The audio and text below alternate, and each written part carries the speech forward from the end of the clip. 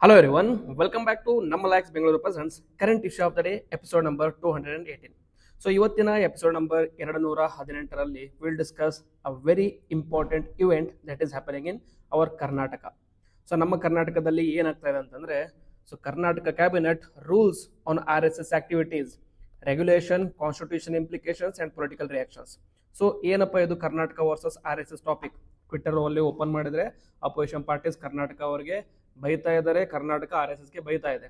So ಏನಿದು RSS Karnataka? Karnataka RSS ನ ban ಮಾಡಿದಾರಾ ಅಥವಾ ಓನ್ಲಿ ಆಕ್ಟಿವಿಟೀಸ್ ನ ರೆಸ್ಟ್ರಿಕ್ಟ್ ಮಾಡಿದಾರಾ? ಕರ್ನಾಟಕ ಅಥವಾ ಸ್ಟೇಟ್ ಗವರ್ಮೆಂಟ್ ಈ ರೀತಿ ಬ್ಯಾನ್ ಮಾಡೋದಕ್ಕೆ ಸಾಧ್ಯವಿದೆಯಾ? ಕಾನ್ಸ್ಟಿಟ್ಯೂಷನಲ್, ಲೀಗಲ್, ಎಥಿಕಲ್ ಇಂಪ್ಲಿಕೇಶನ್ಸ್ ಎಲ್ಲವೂ ನೋಡ್ಕೊಂಬರೋಣ. Okay, so this is a comprehensive analysis of Karnataka government's new regulation on RSS activities, examining the constitutional framework, legal implications and political responses to these administrative measures. Okay, so ಏನಪ್ಪ ಅಂತಂದ್ರೆ recent ಆಗಿ Karnataka cabinet passes a law regulating regulating activities of RSS. ಬರೀ RSSಗೆ ಅಂತ ಹೇಳಿದ್ರೆ ತಪ್ಪಾಗುತ್ತೆ. Not any, ಬರೀ RSS ಅಷ್ಟೇ ಅಲ್ಲ, ಎನಿ ಪ್ರೈವೇಟ್ ಇನ್ಸ್ಟಿಟ್ಯೂಷನ್ಸ್ ಅಥವಾ ಎನಿ ಪ್ರೈವೇಟ್ ಆರ್ಗನೈಸೇಷನ್ಸ್ ಅಂತ. ಸೊ ಏನಪ್ಪ ಅಂತಂದ್ರೆ ರೂಲ್ಸ್ ಪ್ರಕಾರ ಏನೇನಿದೆ ಅಂತಂದ್ರೆ, ಫಸ್ಟ್ ಮ್ಯಾಂಡೇಟರಿ ಪರ್ಮಿಷನ್ ತಗೋಬೇಕು. Mandatory permission from government of Karnataka. ಯಾವುದಕ್ಕೆ? Required for all marches, rallies. RSS ಅಲ್ಲಿ ಶಾಖಾ ಅಂತ ಮಾಡ್ತಿರ್ತಾರೆ. ಶಾಖಾ ಅಂದ್ರೆ ಅವ್ರದ್ದು ರ್ಯಾಲೀಸ್ ಇರುತ್ತೆ, ಆಮೇಲೆ ನೆಕ್ಸ್ಟ್ ಮಾರ್ಚಸ್ ಇರುತ್ತೆ, ಪಾದಯಾತ್ರೆ ಮಾಡ್ತಾ ಇರ್ತಾರೆ. ಅದನ್ನೇನಾದ್ರು ಮಾಡಬೇಕು ಅಂತಂದ್ರೆ ಪ್ರೈವೇಟ್ ಆರ್ಗನೈಸೇಷನ್ಸ್ ಇನ್ಕ್ಲೂಡಿಂಗ್ RSS ಎಲ್ಲರೂ there is a mandatory prior permission from the government of Karnataka ಬೇಕು ಅಂತ ಹೇಳಿದ್ದಾರೆ. ಎಲ್ಲಿ ಅಂತಂದ್ರೆ ಎಲ್ಲ ಕಡೆ ಅಂತಂದ್ರೆ ಇಲ್ಲ, only in applies to government schools, colleges, parks, play grounds and public roads. So only scope of application ಎಲ್ಲಿದೆ ಅಂತಂದ್ರೆ it is applicable only to public spaces. Okay, so essentially any activity in public spaces or state property requires state authorization ensuring orderly use. Okay, next ಏನಪ್ಪ ಅಂತಂದ್ರೆ legal framework ಅಂತಂದ್ರೆ these rules consolidate previous departmental orders from home ministry, law ministry and education departments. Already departments ಮತ್ತೆ ministries already rules ಮಾಡಿದ್ದಾರೆ. RSSಗೆ ಇಲ್ಲಿ ban ಅಂತಲ್ಲ, activities regulate ಮಾಡೋದಕ್ಕೆ already ಮಾಡಿದ್ದಾರೆ.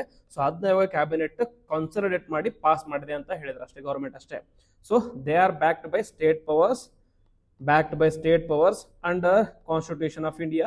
And aim ಏನಪ್ಪ ಅಂತಂದ್ರೆ ಫ್ರೀಡಮ್ ಆಫ್ ಅಸೋಸಿಯೇಷನ್ ಮತ್ತೆ ಪಬ್ಲಿಕ್ ಆರ್ಡರ್ ಅಂಡ್ ಸೇಫ್ಟಿನ ಬ್ಯಾಲೆನ್ಸ್ ಮಾಡೋದಕ್ಕೆ ತಗೊಂಡ್ಬಂದಿರೋದಂತ. ಸೊ ಅಬ್ಜೆಕ್ಟಿವ್ಸ್ ಏನಂತಂದ್ರೆ preventing misuse of public and government spaces for ideological or political agendas. So ಅವರು ಹೇಳ್ಬೋದು, ನಾವು ಬರೀ RSSಗೆ ಟಾರ್ಗೆಟ್ ಮಾಡ್ತಾ ಇಲ್ಲ, ಎಲ್ಲ ಪ್ರೈವೇಟ್ ಆರ್ಗನೈಸೇಷನ್ಗೆ ಟಾರ್ಗೆಟ್ ಮಾಡ್ತೀವಿ ಅಂತ. ಬಟ್ ದಿಸ್ ಪರ್ಟಿಕ್ಯುಲರ್ ವರ್ಡ್ ಏನಂತಂದ್ರೆ prevent misuse for ideological or political agendas ಅಂತ ಹೇಳ್ತಾರಲ್ಲ, this points the finger at RSS. Okay, indirect ಆಗಿ RSSಗೆ ಬ್ಯಾನ್ ಮಾಡಿದ್ರೆ ಅಂತ ಅರ್ಥ. So objective is to maintain public order, secular institutions and regulated use of government property. Okay, so ಇದು rules. So in reality ಏನಂತಂದ್ರೆ ban ಮಾಡಿಲ್ಲ, regulate ಮಾಡಿದ್ದಾರೆ ಅಷ್ಟೇ. ಸೊ ಇವಾಗ ನೋಡೋಣ ಏನಂತಂದ್ರೆ constitutional articles or constitutional provisions that are in question ಅಂತ. So article 19(1)(c) ಏನಪ್ಪ ಇದು? ಆರ್ಟಿಕಲ್ 19 ಕನ್ಸ್ ಅಂಡರ್ ರೈಟ್ ಟು ಫ್ರೀಡಮ್ ಅಂತ. ಸೊ ರೈಟ್ ಟು ಫ್ರೀಡಮ್ ಅಲ್ಲಿ ಟೋಟಲ್ ಆಗಿ 6 ಫ್ರೀಡಮ್ ಇದೆ. ಫ್ರಮ್ 1A ಅಲ್ಲಿ freedom of speech and expression ಇದೆ, 1B ಅಲ್ಲಿ ಫ್ರೀಡಮ್ ಟು ಫಾರ್ಮ್ ಅಸೋಸಿಯೇಷನ್ಸ್ ಅಂತ ಇದೆ, ಫ್ರೀಡಮ್ ಟು B ಅಲ್ಲಿ ಫ್ರೀಡಮ್ ಟು ಅಸೆಂಬಲ್ ಎನಿವೇರ್ ಅಂತ ಇದೆ, C ಅಲ್ಲಿ ಫ್ರೀಡಮ್ ಆಫ್ ಅಸೋಸಿಯೇಷನ್ ಇದೆ, D ಅಲ್ಲಿ ಫ್ರೀಡಮ್ ಟು ಮೂವ್ ಎನಿವೇರ್ ಅಂತ ಇದೆ, E ಅಲ್ಲಿ ಫ್ರೀಡಮ್ ಟು ಸೆಟಲ್ ಎನಿವೇರ್ ಅಂತ ಇದೆ ಇನ್ ಇಂಡಿಯಾ, ಅಂಡ್ D ಅಲ್ಲಿ F ಅಲ್ಲಿ ಫ್ರೀಡಮ್ ಟು ಪ್ರಾಕ್ಟೀಸ್ ಎನಿವೇರ್ ಅಂತ ಇದೆ, ಎನಿ ಬಿಸ್ನೆಸ್ ಆಗಲಿ ಏನಾದ್ರು ಪ್ರಾಕ್ಟೀಸ್ ಮಾಡೋದಕ್ಕಿದೆ. ಸೊ ಟೋಟಲ್ ಆಗಿ 6 ಫ್ರೀಡಮ್ ಇದೆ. ಅದರಲ್ಲಿ ನಾವು ಇವಾಗ ಫೋಕಸ್ ಮಾಡ್ತಾ ಇರೋದು ಯಾವುದು? ಕ್ಲಾಸ್ 3 ಅಂದ್ರೆ ಕ್ಲಾಸ್ C 19(1)(c) ಅಲ್ಲಿ ಏನಂತಂದ್ರೆ it provides right to form associations. So freedom of associations ಇದೆ.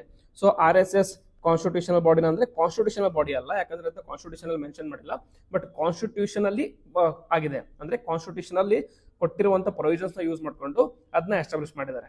So it guarantees citizens the freedom to form associations and unions. So under this article ಅಲ್ಲಿ RSS ನ ಯಾರು ಎಸ್ಟಾಬ್ಲಿಷ್ ಮಾಡಿದ್ರಪ್ಪ ಅಂತಂದ್ರೆ 1925 ಅಲ್ಲಿ ಯಾವಾಗ 1925 ಅಲ್ಲಿ ಹೆಗ್ಡೆವಾರ್ ಅವರು ಇದನ್ನ ಎಸ್ಟಾಬ್ಲಿಷ್ ಮಾಡಿದ್ರು 1925 ಅಲ್ಲಿ. It was established as part of Keshav Baliram ಹೆಗ್ಡೆವಾರ್ as voluntary socio cultural organisation ಅಂತ. ಏನಿದು ವಾಲಂಟರಿ ಸೋಶಿಯೋ ಕಲ್ಚರಲ್ ಆರ್ಗನೈಸೇಷನ್ಸ್. ನೀವು ಇಲ್ಲಿ ನೋಡಬಹುದು, ಇದರಲ್ಲಿ ಯಾವುದು ಪೊಲಿಟಿಕಲ್ ಆಗಲಿ ಐಡಿಯಾಲಜಿಕಲ್ ಆಗಲಿ ಮೆನ್ಷನ್ ಆಗಿಲ್ಲ. ಸೊ ಓಪನ್ ಆಗಿ ಯಾರು ಮೆನ್ಷನ್ ಮಾಡಕ್ ಹೋಗಿಲ್ಲ, but in reality it was politically aligned with Hinduism ಅಥವಾ not even Hinduism, it was political aligned with Hindutva ಅಂತ. ಓಕೆ, ಸೊ RSS ಗೆ they have every right to establish an organization. So RSS as a voluntary organization enjoys this Article 19(1) Clause 3.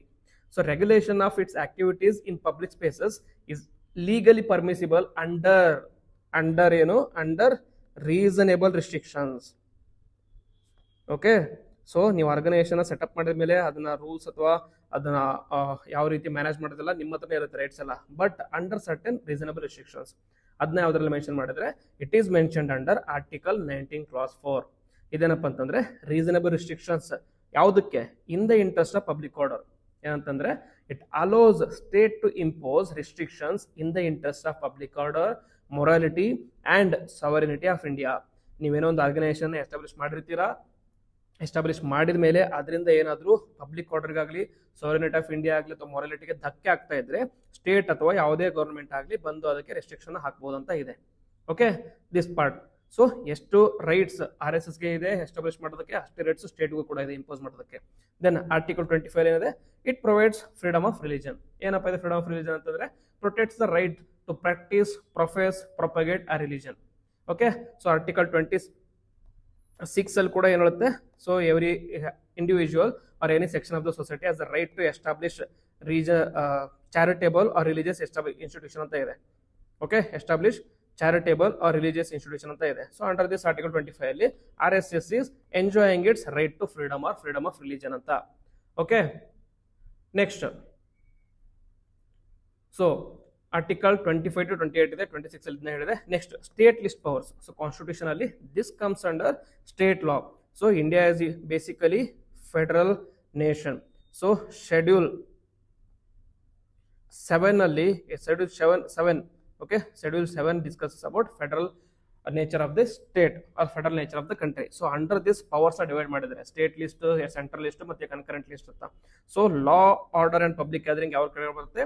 State list ಅಥವಾ state list power ಬರುತ್ತೆ. So obviously state has the Karnataka government has the right and authority to bring impositions on RSS ಆಗಲಿ ಯಾವುದೇ private organisations ಆಗಲಿ. So the constitutional framework presents a delicate balance between individual freedoms and state authority in maintaining public order and protecting secular institutions. Okay, next ಇದರ legal implications ಏನಪ್ಪಾ ಅಂತಂದ್ರೆ first and foremost ನಾವು ಅರ್ಥ ಮಾಡ್ಕೋಬೇಕು. So news ಅಲ್ಲಿ use ಮಾಡ್ತಾ ಇರೋದು RSS ban ಆಗಿದೆ ಅಂತ ಯೂಸ್ ಮಾಡ್ತಾ ಇದ್ದಾರೆ, ಬಟ್ RSS ನ ಬ್ಯಾನ್ ಮಾಡಿಲ್ಲ. ಸೊ ಏನಂತಂದ್ರೆ regulation does not equate ban ಅಂತ. Okay, so only it is a regulation. So Karnataka government cannot outrightly ban RSS. Okay, as it is a legally registered organization. So 19(1)(c) ಅಲ್ಲಿ they are exercising their rights. So ಹಾಗಾಗಿ ಅದನ್ನ complete ಆಗಿ ban ಮಾಡೋಕ್ಕಾಗೋದಿಲ್ಲ, but only ಏನ್ ಮಾಡ್ಬೋದು? Regulation ಮಾಡ್ಬೋದು. ನಿಮ್ಮ ಹತ್ರ ಒಂದು ಕ್ವಶನ್ ಬರ್ಬೋದು, ಏನಂತಂದ್ರೆ ಇದಕ್ಕಿಂತ ಮುಂಚೆ ಬೇರೆ ಯಾರಾದ್ರೂ ಮಾಡಿದ್ರೆ ಏನಂತಂದ್ರೆ ಬೇರೆ ಸ್ಟೇಟ್ ಗೌರ್ಮೆಂಟ್ ಅವರು ಮಾಡಿದ್ರೆ, ರೀಸೆಂಟ್ ಆಗಿ ತಮಿಳುನಾಡು ಕೂಡ ಮಾಡಿತ್ತು, ಜೊತೆಗೆ ಹಿಸ್ಟರಿಯಲ್ಲಿ ಇಂಡಿಯನ್ ಅಥವಾ ಸೆಂಟ್ರಲ್ ಗೌರ್ಮೆಂಟ್ ಕೂಡ RSS ನ ಬ್ಯಾನ್ ಮಾಡಿದ್ರು. ಯಾವಾಗ ಅಂತ ಕೇಳ್ಬೋದು ನೀವು. ಇಮಿಡಿಯೇಟ್ಲಿ ಆಫ್ಟರ್ ಇಂಡಿಪೆಂಡೆನ್ಸ್ 1948 ಅಲ್ಲಿ ಗಾಂಧೀಜಿಯವರ ಅಸಾಸಿನೇಷನ್ ಆಯಿತು. ಓಕೆ, ಸೊ ಯಾರು ಮಾಡಿದ್ರು? ನಾಥರಾಮ್ ಗೋಡ್ಸೆ ಅಸಾಸಿನೇಷನ್ ಮಾಡಿದ್ರು. Godse belong to RSS. ಅವಾಗ RSS ನ ಬ್ಯಾನ್ ಮಾಡಿದ್ರು.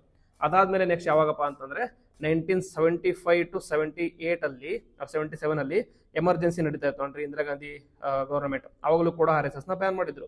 ನೆಕ್ಸ್ಟ್ ಯಾವಾಗ ಬ್ಯಾನ್ ಮಾಡಿದ್ರು ಅಂದ್ರೆ 1992 ಅಲ್ಲಿ.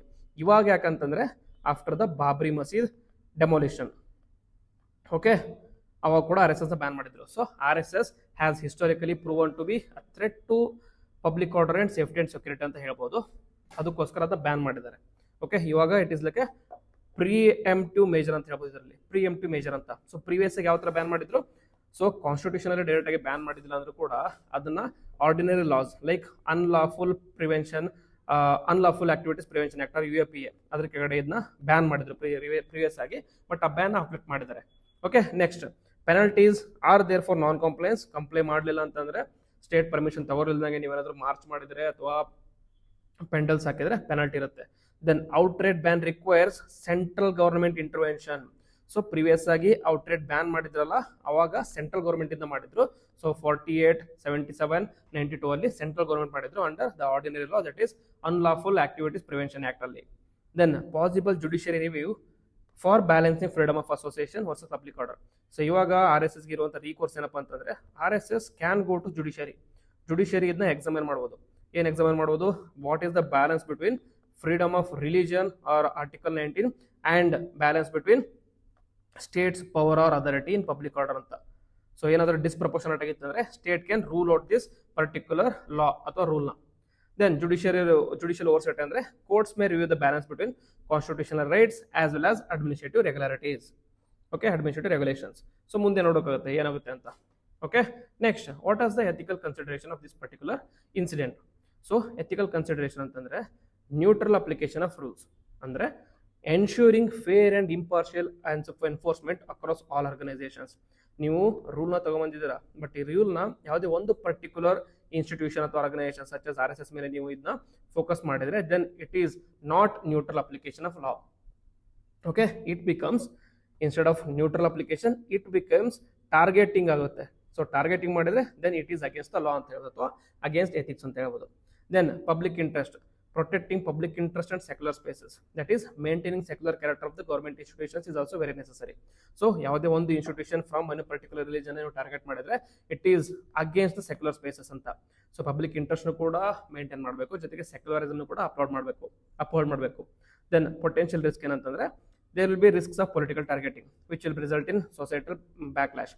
ಸೊ ಪ್ರಿಯಾಂಕ್ ಖರ್ಗೆ ಅವರು ಹೇಳಿದ್ರು ಏನಂತಂದ್ರೆ RSS like historically nuisance create ಮಾಡಿದೆ ಆ ಥರ ಅಂತ ಟ್ವೀಟ್ ಮಾಡಿದ್ರು, ಇಂಟರ್ವ್ಯೂಲ್ಲಿ ಹೇಳಿದ್ರು. ಅವ್ರಿಗೆ ಪ್ರಿಯಾಂಕ್ ಖರ್ಗೆ ಅವರಿಗೆ ರೀಸೆಂಟ್ ಆಗಿ ಮಹಾರಾಷ್ಟ್ರದಿಂದ ಯಾರೊಬ್ರು ಕಾಲ್ ಮಾಡಿ ನಿಮ್ಮನ್ನ ಲೈಫ್ನ ತಗೋತೀವಿ ಅಂತ ಥ್ರೆಟ್ ಮಾಡಿದ್ದಾರೆ. ಸೊ ಅದನ್ನು ಕೂಡ ರೆಕಾರ್ಡ್ ಮಾಡಿ ಟ್ವಿಟ್ಟರಲ್ಲಿ ಟ್ವೀಟ್ ಮಾಡಿದ್ರು ಅವಾಗ. ಸೊ ಇವಾಗ ಏನು ಮಾಡಿದ್ರೆ ಮಹಾರಾಷ್ಟ್ರ ಮ್ಯಾನ್ನ ಅರೆಸ್ಟ್ ಮಾಡಿದ್ದಾರೆ. ಸೊ ಈ ರೀತಿ ಬ್ಯಾಕ್ಲಾಶ್ ಕ್ರಿಯೇಟ್ ಆಗುತ್ತೆ. So potential consequences of perceived selective enforcement. So ಇರುತ್ತೆ ನೋಡಿ, ಮಾಡಿದ್ಮೇಲೆ BJP ಆಫ್ ಕರ್ನಾಟಕ ಒಂದು ಟ್ವೀಟ್ ಮಾಡಿದ್ದಾರೆ.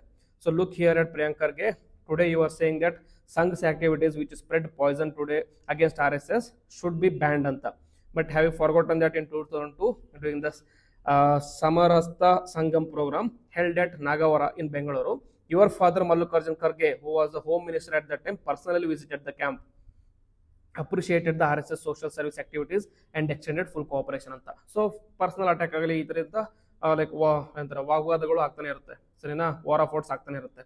So like first you learn family's history and then talk about nation service etc.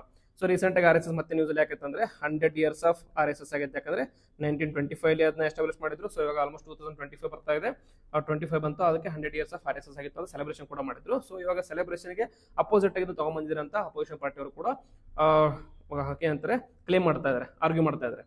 So next, so political repercussions ಅಥವಾ reactions ಏನಪ್ಪಾ ಅಂತಂದ್ರೆ ruling party ಅಥವಾ Congress obviously they are going to support, because RSS is basically affiliated with ಯಾರ ಜೊತೆಗೆ, BJP ಜೊತೆ affiliate ಆಗಿದೆ. So ಸಂಘದ ಜೊತೆ ಅಫಿಲಿಯೇಟ್ ಆಗಿದೆ. ಸೊ ಸಪೋರ್ಟ್ ಏನ್ ಮಾಡ್ತಾರೆ ಕಾಂಗ್ರೆಸ್ ಅವರು, ಆಬ್ವಿಯಸ್ಲಿ ಅದ್ರ ಅಗೇನ್ಸ್ಟ್ ಗೆ ಸಪೋರ್ಟ್ ಮಾಡ್ತಾರೆ. So obviously support for this rule. So their support is focused on public order and secularism.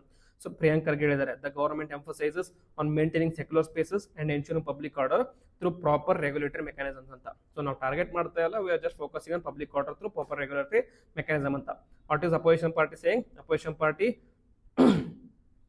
okay, opposition party leader ಏನು ಹೇಳ್ತಿದ್ರು ಅಂತಂದ್ರೆ BY Raghavendra, sorry I am not able to call his name, BY Raghavendra, son of like Yediyurappa. So ಇವರು BJP head of Karnataka. ಇವ್ರು ಏನ್ ಹೇಳಿದ್ರು ಅಂತಂದ್ರೆ, so opposition leaders argue that measure are politically motivated and divert attention from the core government challenges or governance challenges. Recent ಆಗಿ Karnataka government is under heavy fire. ಯಾಕಪ್ಪ ಅಂತಂದ್ರೆ, ಒಂದು deputy CM of Karnataka that is DK Shivakumar ಏನ್ ಹೇಳಿದ್ರು ಅಂತಂದ್ರೆ, ನಾವು ಭೂಮಿ ಮತ್ತೆ ಆಕಾಶನ ಚೇಂಜ್ ಮಾಡಿದ್ರು ಕೂಡ ದಿಸ್ ಗಾರ್ಬೇಜ್ ಮಾಫಿಯಾನ ಸರಿ ಮಾಡೋಕ್ಕಾಗ್ತಿಲ್ಲ ಅಂತ ಹೇಳಿದ್ರೆ. ಸೊ ಡೆಪ್ಯೂಟಿ CM ಆಗಿ ನೀವೇ ಗಾರ್ಬೇಜ್ ಕ್ಲೀನ್ ಮಾಡಲಾಗಲ್ಲ ಅಂತಂದ್ರೆ ಯಾರು ಮಾಡೋಕ್ಕಾಗುತ್ತೆ ಅಂತ ಕ್ವಶನ್ ಮಾಡಿದ್ರೆ. ಜೊತೆಗೆ recently Karnataka also last Google data centre project to Andhra Pradesh, ಅದನ್ನು ಕೂಡ ಪ್ರೊಟೆಸ್ಟ್ ಮಾಡ್ತಾ ಇದ್ದಾರೆ. ಜೊತೆಗೆ potholes, government of Karnataka potholes ಬಗ್ಗೆ ಒಂದು ಡಾಕ್ಯುಮೆಂಟ್ ರಿಲೀಸ್ ಮಾಡಿದ್ರು. ಓನ್ಲಿ 10,000 ಪಾಟ್ ಹೋಲ್ಸ್ ಅಷ್ಟೇ ಇದೆ ಇಂಡಿಯಾ ಕರ್ನಾಟಕದಲ್ಲಿ ಅಂತ. ಅದಕ್ಕೆ ಕೂಡ ವೇರಿಯಸ್ ಆಗಿ ಇದು ಬರ್ತಾ ಇದೆ ಅಂತ ಕ್ರಿಟಿಸಮ್ ಬರ್ತಾ ಇದೆ ಕರ್ನಾಟಕಕ್ಕೆ. ಸೊ ಬಿಜೆಪಿ ಏನ್ ಹೇಳ್ತಾರೆ ಅಂತಂದ್ರೆ ಇದು ಆರ್ ಎಸ್ ಎಸ್ ಬ್ಯಾನ್ ಮಾಡ್ತಾ ಇರೋದು ಜಸ್ಟ್ ಪೊಲಿಟಿಕಲಿ ಮೋಟಿವೇಟೆಡ್ ಗವರ್ನೆನ್ಸ್ ಇರುವಂತ ಇಶ್ಯೂಸ್ ಇಂದ ಡೈವರ್ಟ್ ಮಾಡೋದಕ್ಕೋಸ್ಕರ ತಗೊಂಡ್ಬಂದಿರುವಂತ ಪೊಲಿಟಿಕಲಿ ಮೋಟಿವೇಟೆಡ್ ಮೂವ್ ಅಂತ ಹೇಳಿದ್ರೆ ಅಷ್ಟೇ. ಓಕೆ, ನೆಕ್ಸ್ಟ್ ಫ್ಯೂಚರ್ ಇಂಪ್ಲಿಕೇಶನ್ಸ್ ಏನಾಗುತ್ತಪ್ಪ ಅಂತಂದ್ರೆ ಫಾರ್ ಶಾರ್ಟ್ ಟರ್ಮ್ ಅಂತಂದ್ರೆ R S S activities continue ಆಗುತ್ತೆ with permission. In the long term ಅಂದ್ರೆ there will possible court challenges sets precedent for regulating ideological groups ಅಂತ. ಬೇರೆ ಸ್ಟೇಟ್ಸ್ ಕೂಡ ಇದನ್ನೇ ಫಾಲೋ ಮಾಡಬಹುದು. For example in BJP rule states ಅಲ್ಲಿ ಏನ್ ಮಾಡಬಹುದು ಅವರು ಆರ್ ಎಸ್ ಎಸ್ ಅಪೋನೆಂಟ್ಸ್ ಯಾರು ಇರ್ತಾರೆ, for example student federation of India SFI, ಅದು ಯಾವ ಸ್ಟೇಟ್ ಅಲ್ಲಿ ಇರುತ್ತೆ ಅದ್ರ ಮೇಲೆ ಈ ರೀತಿಯಂತ ರೂಲ್ಸ್ ಲಾಸ್ ತಗೊಂಡ್ಬರ್ಬೋದು. ದೆನ್ ಪಬ್ಲಿಕ್ ಪರ್ಸೆಪ್ಷನ್ ಅಂತಂದ್ರೆ it brings or impacts on government credibility and secular commitment. ನೀವು ಇದನ್ನ ಸೆಕ್ಯುಲರ್ ಮಾಡ್ತಿದ್ರು ಅಥವಾ ಪೊಲಿಟಿಕಲಿ ಮೋಟಿವೇಟ್ ಮಾಡ್ತಿರೋ ಅಂತ ಫ್ಯೂಚರ್ ಗೊತ್ತಾಗುತ್ತೆ. ಸೊ ಅವಾಗ ಪಬ್ಲಿಕ್ ಪರ್ಸೆಪ್ಷನ್ ಕೂಡ ಚೇಂಜ್ ಆಗುತ್ತೆ. Okay, so the long term ramifications extend beyond immediate administrative measures, potentially influencing judicial precedents and public disclosure or discourse on the regulation of ideological organizations across India. So key takeaway the summary ಅಂತಂದ್ರೆ Karnataka is only regulating and not banning. So under this it is completely legal. Ban ಮಾಡಿದ್ರೆ illegal ಆಗ್ತಾ ಇತ್ತು, but ban ಮಾಡಿಲ್ಲ. Constitution ಪ್ರಕಾರ this move is balancing freedom of association, public order and secularism. Ethical ಪ್ರಕಾರ it should be impartial enforcement is a key for credibility, and politically this debate between ruling and opposition parties, so whether they are doing it to divert the party or divert the governance issues ಮಾಡ್ತಿದಾರ ಅಥವಾ like general ಮಾಡ್ತಿರೋ ಅಂತ ಮುಂದೆ ಗೊತ್ತಾಗುತ್ತೆ ನಮಗೆ. So this Karnataka cabinet decision represents a significant administrative measure that balances constitutional freedoms with the state responsibilities, requiring careful implementation to maintain democratic principles and public trust. So ಇದು Karnataka versus R S S topic ಆಗಿತ್ತು. Complete ಆಗಿ holistic ಆಗಿ cover ಮಾಡಿದ್ದೀನಿ ಅನ್ಸುತ್ತೆ. So ನಿಮಗೆ video ಇಷ್ಟ ಆಗಿತ್ತು ಅಂದರೆ ಲೈಕ್ ಮಾಡಿ, ಸಬ್ಸ್ಕ್ರೈಬ್ ಮಾಡಿ, ಹಾಗೆ ಫ್ರೆಂಡ್ಸ್ ಜೊತೆ ಶೇರ್ ಮಾಡಿ. ನೀವೇನಾದರೂ ಬೇರೆ ಒಪಿನಿಯನ್ ಇತ್ತು ಹಾಗೆ about this particular move Karnataka ಸರಿಯಾಗಿ ಮಾಡ್ತಾ ಇಲ್ವಾ, ಇಟ್ ಇಸ್ ಪೊಲಿಟಿಕಲಿ ಮೋಟಿವೇಟೆಡ್ ಅಂತಿದ್ರೆ ಅದನ್ನು ಕಮೆಂಟ್ ಬಾಕ್ಸಲ್ಲಿ ಬರೀರಿ. ಸೊ ಬರುವಂಥ ಕ್ಲಾಸಲ್ಲಿ ಅದ್ರ ಬಗ್ಗೆ ಮತ್ತೆ ಡಿಸ್ಕಸ್ ಮಾಡೋಣ, ಅಥವಾ ಬೇರೆ ಏನಾದ್ರು ಟಾಪಿಕ್ ಇತ್ತಂದರೆ ಅದನ್ನು ಕೂಡ ಡಿಸ್ಕಸ್ ಮಾಡೋಣ. Write your opinions in the comment box. ಯಾಕಂದರೆ UPSC respects a person of opinion. ಇಂಟರ್ವ್ಯೂಲಿ ಅದನ್ನೇ ಚೆಕ್ ಮಾಡೋದವರು. ಸೊ ಇದನ್ನ